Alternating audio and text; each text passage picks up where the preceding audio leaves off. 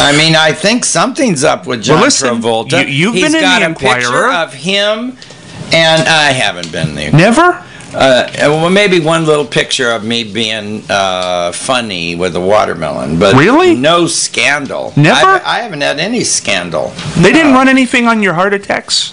No. Are you sure? Yeah. Okay. Nobody cares. I don't want to be so famous. You know, you can't do anything. But you were. Anywhere. At the height, what was that like? We don't know. What was that like when you were at the height? I was stoned. The whole time. I can't remember. I was stoned. Well, all of my shows I'm stoned. If you see me on a video, I'm stoned. What? Do you have stage fright? No. I just am normally stoned when I'm on the road. So if I'm going to make a video, I don't want to try something new. I'm going to do the same thing I do on the road. No sense in starting a... So you have been stoned during every show? I don't exist as a straight person on TV. But what, are you stoned this morning? No. Okay, well, let's talk about this then. You did 280 shows a year, right? No, I did 100 shows a year. Oh, I thought you were booked more than that. No. Well, that's a lot. 100 shows a year. Yeah, 50 weekends. Okay, 2 days. Every time you went on stage, you were stoned. Or just the TV specials? No, sometimes because I have to fly. I'm only stoned if the stagehands have some, because I have to fly. Now, let me and they're going to check you, see? Okay, now I want to ask you, you know I like you, obviously, we've gotten along here, but I want to clear something up. Mm-hmm. If you go to YouTube and search Gallagher, they show you getting angry a lot at the crowds over the last few years. Yeah. What is it that ticked you off? Well, bad behavior. Okay. In public. Like maybe they don't show you the build-up. They just show you the angry part. But I thought that Donald Duck was funny. I'm just being Donald Duck. But I think they do it to get me going. But you see, if there's 500 folks there and 5 of them wanted to be disruptive, I feel bad for the 495 that I'm not able to do my show for, because there's 5 of them that have their back to the crowd. Usually they sit in the front, and so that's so they can forget there's anybody else in the world. They probably don't have good parents that taught them how to behave. They probably can't handle their alcohol or other medications that they may be on. I'm still able to function, you know. I'm not, I never get so drunk I'm stumbling around, or so stoned I'm incoherent. You know, just a little buzz. That's all. Well, it shocks me that when I go on the internet to search you out, that for as many of your great comedy specials that are on there are these things where you would go out in later years, the last 5 They're trying to embarrass me. But why? Because the world is mean. So why shouldn't I be a little angry that the world is mean, right? It's just proven my point. If these were nice people, considerate people, they wouldn't be trying to show the bad side of me after. But I'm only mad. I'm not mad because I want to do my show and you're interrupting it. I'm mad for the people who bought a ticket. It's a contract with me. I'm going to pay for the ticket. You are going to deliver a show. Now, I can't deliver a show because there's 5 idiots here in the front. So I kick them out. I give them their money back and get them out of there. I'm tired of babysitting. So when I had a heart attack after 40 years of doing 100 shows a year, 4,000 shows, smacking 5 or 6 watermelons, 5,000 watermelons, I'm done, you know? Well, I'm on the radio with you. Yeah, and I want to ask one more question, then we'll move away from this. But I think you don't have your chance to speak a lot of times about this in a public forum. It was a couple years ago, maybe 2 or 3 years ago, this gentleman was doing a radio interview with you, and it blew up, and I think even Opie and Anthony had the interviewer on after he interviewed. It became his career. His career. That's right, and that's why I want to talk about this. You know. What happened there? What was that all about? Well, you walked out is what it was all about for him. Yeah. Okay, but you would too. If the person was just being argumentative who invited me to do an interview about being a comedian. And he didn't care that I'd been a comedian for 35 years or that I had started a Showtime cable network and showed everybody how to do a one-man show and have costumes and props, and that I continued to work for 30. Show business, they throw you away. Oh, quickly. To be able to last for 40 years and have people, 3 generations will show up at my show. This is something. And he could have asked me about that, or working with Jim Stafford, or the year I spent with Kenny Rogers as his opening act. But instead he wanted to talk about just one thing, and so I didn't want to do it anymore, and I walked out. So then he goes around getting interviewed about the fact that I walked out of his little hotel room. I mean, it wasn't a big thing. He just was in a motel with a microphone and posts it. He's just trying to have a career. Well, I'm glad we cleared, because people have ran that. Now we'll have this as the opposing viewpoint of what happened. Because you never spoke about it. Any reason you never spoke about it? It's online. You can listen to his interview and hear how he's irritating me and just poking around, and you would leave too. I've run across comedians who've come up to me and said, I listened to the interview and I'd have done the same thing.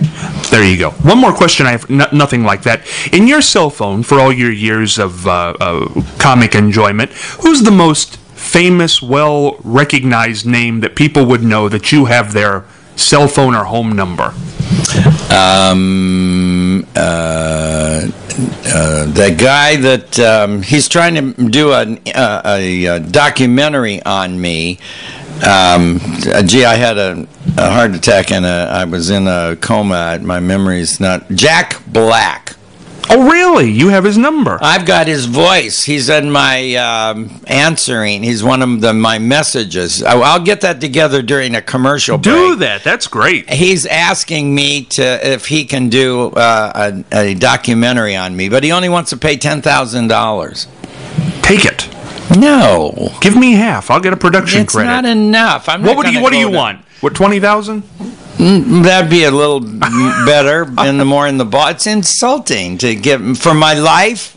My life story, he's going to bring in cameras, I'm going to sit down, and I'm going to have to make it bubbly and fun. He's going to put it in theaters. He wanted to make a film, a documentary. But isn't there a documentary in the works on you right now? No, but he'd had to spend a couple of $100,000 on people in editing and travel and hotel, and only give me 10. I didn't want to play that game. What about a percentage of the...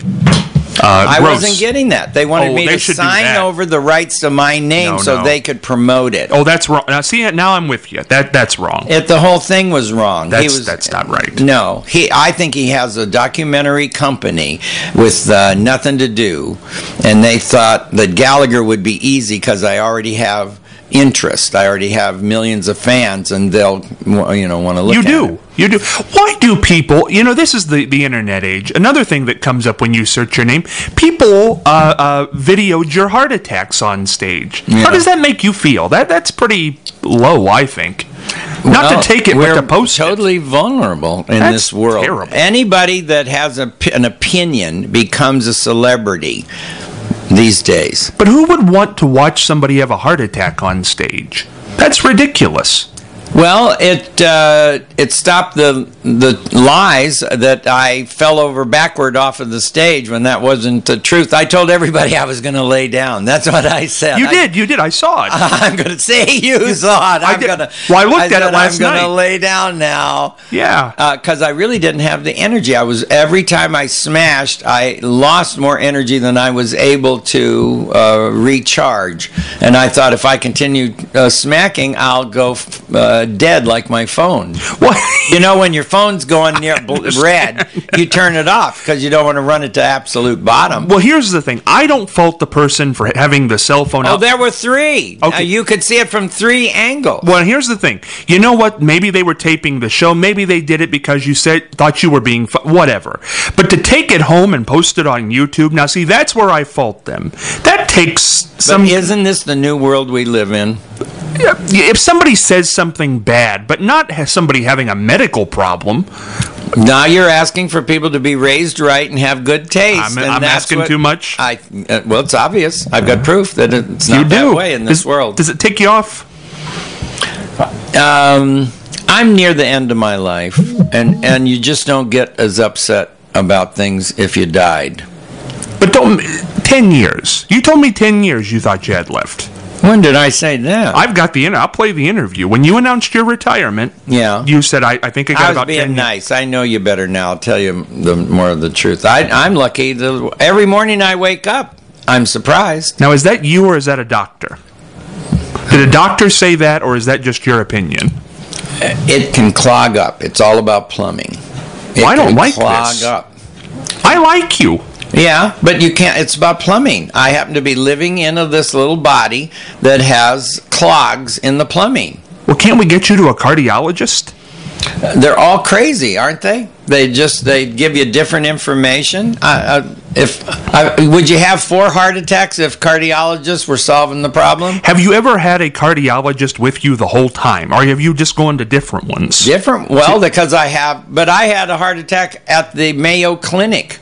I was at a bar 5.3 miles from the Mayo Clinic. That's not... And the last heart attack I had in Texas, I was just 10 minutes away from the hospital, and the ambulance guys were actually in the area and got there within minutes of me falling over. I'm told. I don't really know because I fell over unconscious. Well, maybe you just need to see a good cardiologist. Maybe they haven't been great. I understand the Mayo Clinic is Oh, no, great. I went to the guy who invented the stent. Really? And Dr. Schatz at the Green Hospital in La Jolla. Yeah, he invented the stent. And they say there's nothing we can do. Oh, no, they have their opinion. But then you end up someplace else, and they do the opposite thing of what that guy said to do. You know? Well, you look good today. People don't want to hear about this. No, they do, because you know what? People are having heart problems. Yeah. It's the way we eat. It's the way we drink. Mm-hmm. It's a real part of you. It's actually an artery problem. It's not a heart problem. It's that the arteries clog up with cholesterol.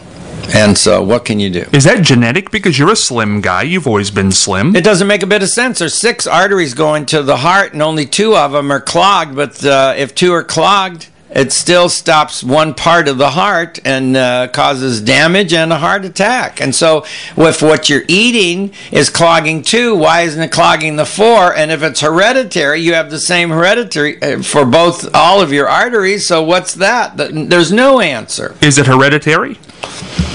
Well, yeah, it can be hereditary, but if I was a vegetarian and only ate broccoli and carrots, I couldn't have a heart attack at all. Have you curtailed... I know the answer to this because I've seen you. Yeah. Have you curtailed your lifestyle? No, yeah. I'm not going to live on broccoli and carrots. I'd rather just die. Not in the next 2 hours, okay? I'm having French fries tonight. We're